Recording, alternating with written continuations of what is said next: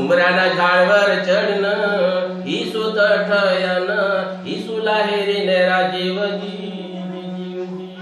ઈસુ તઠયે એને તેલા હેરીને જાકી કાઢી ગયા રાજી હોય ગયા અને ઈસુ વર હેરીને નાવ દેની સાગર જાકી ખાના ઉતરી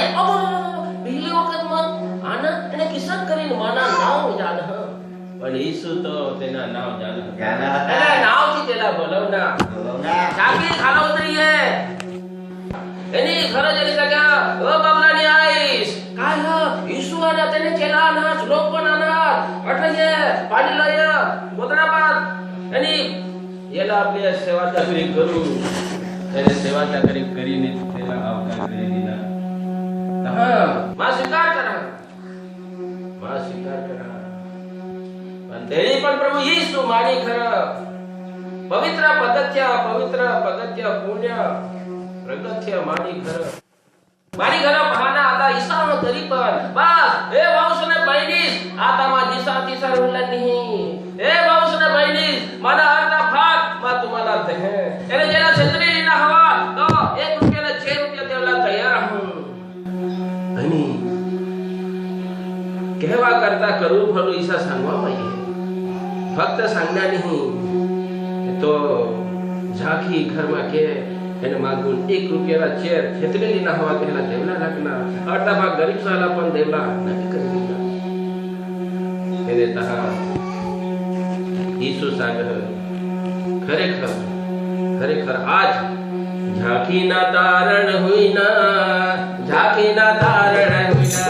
ચાલ જગતના પરિવર્તન